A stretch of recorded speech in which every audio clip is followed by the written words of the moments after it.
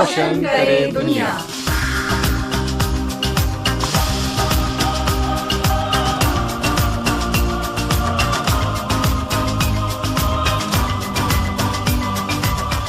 नमस्कार दोस्तों, मैं हूँ शाइना एनसी। स्वागत है आप सभी का विविध भारती के कार्यक्रम रोशन करे दुनिया में। हर हफ्ते हम आपसे मिलाते हैं एक नई शख्सियत से, ऐसे लोग जो अपने प्रोफेशन के साथ साथ समाज के लिए कुछ अच्छा कर रहे हैं, कुछ नया कर रहे हैं और दुनिया में रोशन फैलाते हैं। आज हमारे साथ मौजूद है स्टूडियो में निशित कुमार जी, जो centre for social and behaviour change communication चलाते हैं, SBCC। ये एक ऐसा संस्था है जहां एविडेंस बेस्ड बिहेवियर साइंसेस के माध्यम से समाज में बदलाव और सुधार की उम्मीद का सपना करते हैं। SBCC centre for social and behaviour change communication संस्था काफी सालों से काम करते आ रही है और आज निशित कुमार जी इसके बारे में हमें बताएंगे। स्वागत है आपका। नमस्ते। बताइए, एविडेंस बेस्ड साइंसेस क्या है? बिहेवियर साइंसेस वो होते हैं जो हम सोशल साइकोलॉजी और बिहेवियर साइकोलॉजी को स्टडी करते हैं कि लोग एक तरह से बिहेवियर क्यों करते हैं और उसका जो ट्रिगर्स पॉइंट क्या है। जैसे बाल विवाह हो, बाल विवाह क्यों होते हैं, मतलब जो माता पिता होते हैं वो बच्चों को जल्दी शादी क्यों कराना चाहते हैं, तो वो ट्रिगर क्या है। या कोविड के बारे में हम जानते हैं कि मास्क और सैनिटाइजेशन, जो हाथ जो सैनिटाइज करने की बात है, वो एक प्रिवेंटिव मेथड है और कोई प्रिवेंटिव मेथड नहीं है कोविड से बच के रहने का। लेकिन बहुत सारे लोग मास्क पहनते नहीं, या पहनते हैं तो गले में डाल देते हैं, चलते हैं, उनका गार्ड डाउन होता है, सैनिटाइज हाथ से ठीक से नहीं करते हैं। तो ये जो बिहेवियर की ट्रिगर है, वो ट्रिगर को हम स्टडी करते हैं बिहेवियर साइकोलॉजी और सोशल साइकोलॉजी में, और उसको हम इंटरवेंशन करते हैं और एविडेंस हम प्रूव करते हैं कि जो इंटरवेंशन हमने किया उससे उनका बिहेवियर बदलाव आता है। बिहेवियर चेंज का इंटरवेंशन में क्या महत्व होता है?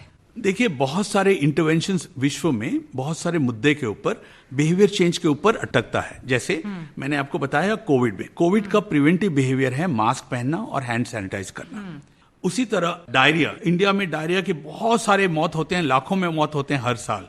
डायरिया को प्रिवेंट करने के लिए wash water and sanitation hygiene, जिसमें हाथ का हाइजीन जो है और पानी का जो हाइजीन है, उसको इस्तेमाल करने की जरूरत होती है। ये सब में बिहेवियर, टीबी की जो रोग होती है उसमें 18 महीने के दवाई दिए जाते हैं, 7-8 महीने के बाद में वो रोग के जो सिम्टम्स कम होते हैं और लोग सोचते हैं अभी दवाई लेने की जरूरत नहीं है, लेकिन वो टीबी फिर वापस उभर के आता है। तो ये सब में बिहेवियर जो है, बिहेवियर बदलाव करना, मतलब लोगों के जो तरीके हैं, उनके रहन सहन के तरीके, उसमें बदली करने का जरूरत, उसको हम बिहेवियर चेंज कहते हैं। तो बताइए निशित जी, आपके संस्था काम क्या करती है और लोगों से क्या अपेक्षा करती है? हमारी संस्था एक तो यूनिसेफ की पार्टनर है और हम पूरे महाराष्ट्र में बाल विवाह का जो प्रथा है उसको बंद करने का काम कर रहे हैं। पिछले 3 साल के काम कर रहे हैं, अभी भी काम चल रहा है उसके ऊपर। बाल विवाह को लेके आप सफल रहे हैं? जहां पर भी हमने काम किया उसका जो प्रोग्रेस है वो बहुत एनकरेजिंग है कि उसके जो रेट्स आ रहे हैं कम आ रहे हैं। बाल विवाह एक सोशियो कल्चरल इश्यू है जिसमें पॉवर्टी रिलेटेड इश्यूज हैं, जिसमें सामाजिक और ट्रेडिशनल बिहेवियर पैटर्न और पेट्रियार्की, लिंग भेद जिसको बोलते हैं, उसकी जो बात आती है, तो उसको हम एड्रेस करते हैं। लड़कियों को एम्पावर करते हैं, बच्चों को एम्पावर करते हैं और कम्युनिटी और पेरेंट्स को हम जो है सेंसिटाइज करते हैं। और जो मैकेनिज्म्स होते हैं उसके जो बाल विवाह को होने से पहले रोकने का, उसको हम स्ट्रेंथन करते हैं, एडमिनिस्ट्रेटिव कैपेसिटी बिल्ड करते हैं हम। तो वो सब काम महाराष्ट्र में होता है। आज भी हमने देखा है कि बाल विवाह को लेके बहुत सारे समाज में ऐसी प्रथा अब भी चलती है और हम सिर्फ चर्चा करते हैं। कानून क्या कर सकता है? देखिए, हमारा जो PCMA prohibition of child marriage act 2006 का जो कानून है, वो कानून बताता है कि लड़कियों की उम्र 18 होनी चाहिए और लड़कों की 21 होनी चाहिए मिनिमम शादी के लिए। लेकिन ये जो एक ऐसा कानून है जिसको फॉलो करने के लिए जो रिस्पॉन्सिबिलिटी है वो सिटीजन्स का है। मोटर व्हीकल्स एक्ट हो, पीपल्स रिप्रेजेंटेशन एक्ट हो या मेजॉरिटी एक्ट, जो भी एक्ट्स हैं आप देखें, बाकी के एक्ट हैं, उसमें एज प्रूफ आपको बताना पड़ता है। लेकिन PCMA 2006 में एज प्रूफ चेक करने का कोई प्रोविजन नहीं है, इसलिए तो owners on following it is on the citizen. तो ये कानून इसमें यही बता सकता है कि गाइड कर सकता है कि ये उम्र में शादी अच्छा है, लेकिन हमें जो समाज का जो सोच है उसमें चेंज लाने की ज़रूरत है। और वो चेंज कैसे आएगा? एजुकेशन, डेवलपमेंट, पॉवर्टी से ऊपर उठाना, वो सब जो है, और पेट्रियार्की को जो हम लिंग भेद जो बोलते हैं, पेट्रियार्क को, जेंडर इक्विटी, पेट्रियार्क को एड्रेस करने की जरूरत है। निशित जी, आप एडोलेसेंस, मेंटल हेल्थ और चाइल्ड सेक्स अब्यूज, ये दोनों बहुत सेंसिटिव और ज़रूरी मुद्दे भी हैं। आप कैसे इस क्षेत्र में काम कर रहे हैं और नए तरीके को कैसे आपने डेवलप किया है, और इसके प्रति संवेदनशीलता के साथ आप कैसे सोचते हैं कि कुछ सुझाव हो सकता है to deal with child sex abuse और mental health? Child sexual abuse की जो बात है, जब चाइल्ड सेक्सुअल अब्यूज हो जाता है उसके बाद में तो कोर्ट केस है या मेडिकल है, इश्यूज है, लेकिन इसलिए उसको प्रिवेंट करने की जरूरत बहुत है। प्रिवेंट कैसे करें? हमको कैसे मालूम कौन चाइल्ड सेक्सुअल अब्यूज करने वाला है? इसलिए हम क्या करते हैं, यूनिक तरीके से बच्चों को समझाते हैं कि उनके बॉडी के पार्ट्स क्या हैं, उनके प्राइवेट पार्ट्स कौन से हैं, उनके पब्लिक पार्ट्स कौन से हैं, और सेफ टच और अनसेफ टच क्या बात है।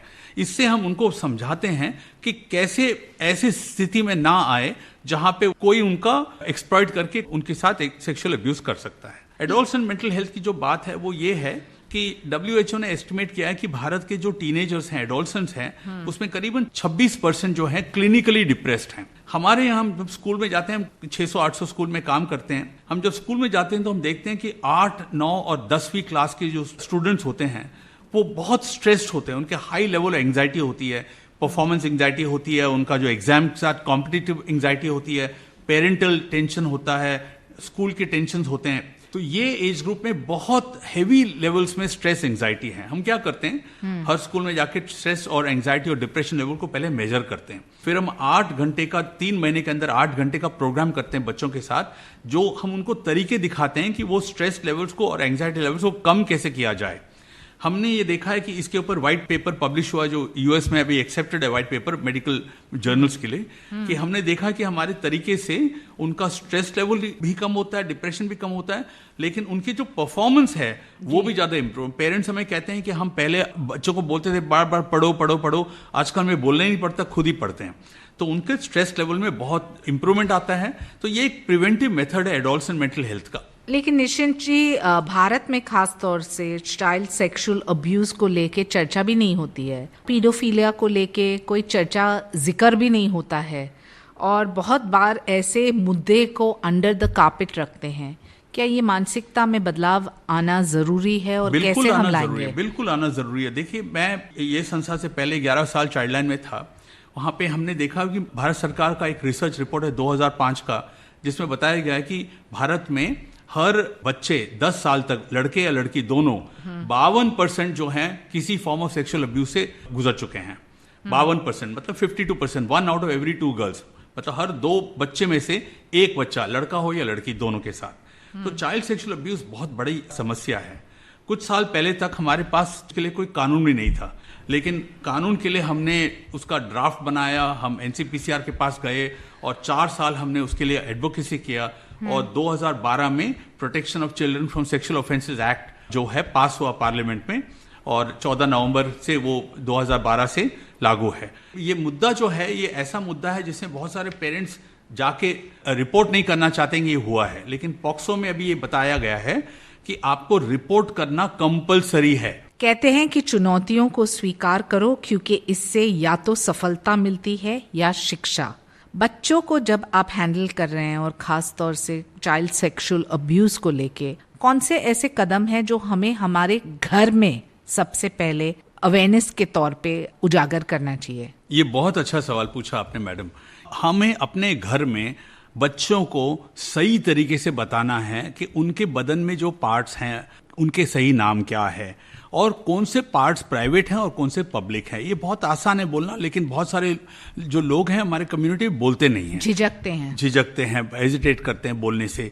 उसके बाद में हर बच्चे को समझाना जरूरी है कि सेफ टच और अनसेफ टच क्या होता है और उसका अंदाजा क्या होता है। तो ये हर फैमिली में हम करें तो ये एक ऐसा कदम होगा जिससे बाल यौन शोषण जो है वो उसका इंसिडेंस बहुत कम हो जाएगा। आप समस्या के कारण को खोजते हैं और उसे दूर करने की बात करते हैं। ये बहुत अच्छी बात है, लेकिन आज क्या कुछ नया करने की आवश्यकता है जिससे हमें लगे कि समाज को फायदा हुआ है, उन लोगों को जो इस मुद्दे पे चर्चा तक नहीं करते हैं? बिल्कुल सही कहा आपने। देखिए, क्लाइमेट चेंज की वजह देखिए, या अर्बनाइजेशन की जो इश्यूज हैं, मुद्दे हैं, रैपिड अर्बनाइजेशन के, ये सब मुद्दे में लोगों का बिहेवियर एड्रेस करना बहुत ही क्रिटिकल हो गया है। कोविड तो एक विश्व में देखा गया है कि जो देश ने बिहेवियर सही तरीके से बदलाव लाया, जैसे न्यूजीलैंड ने मास्क किया, सैनिटाइजेशन किया, मेंटेन डिस्टेंस में, उनका जो है कोविड फैलना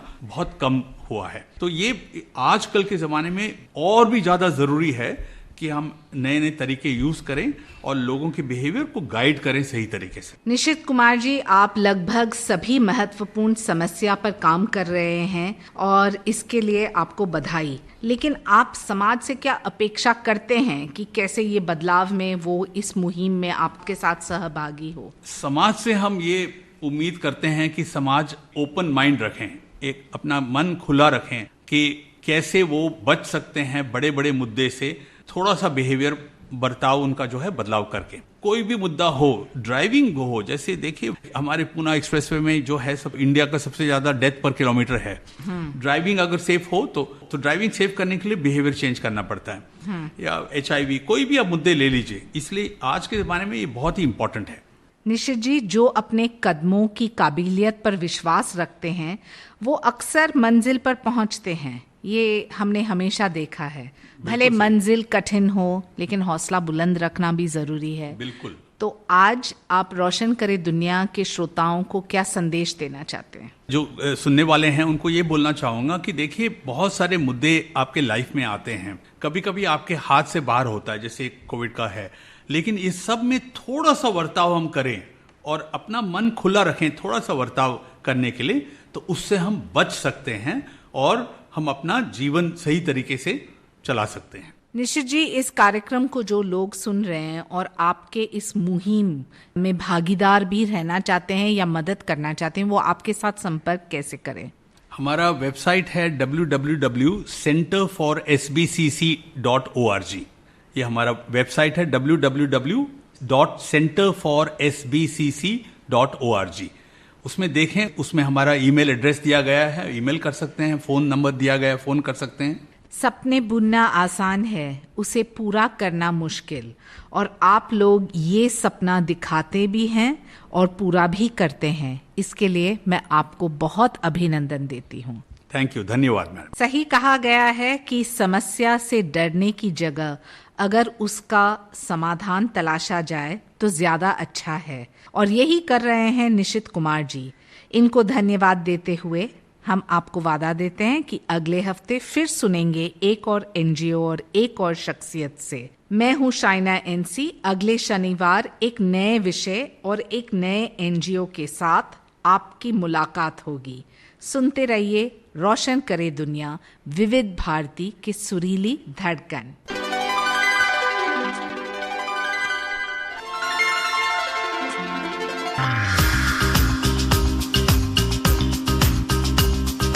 रोशन करे दुनिया।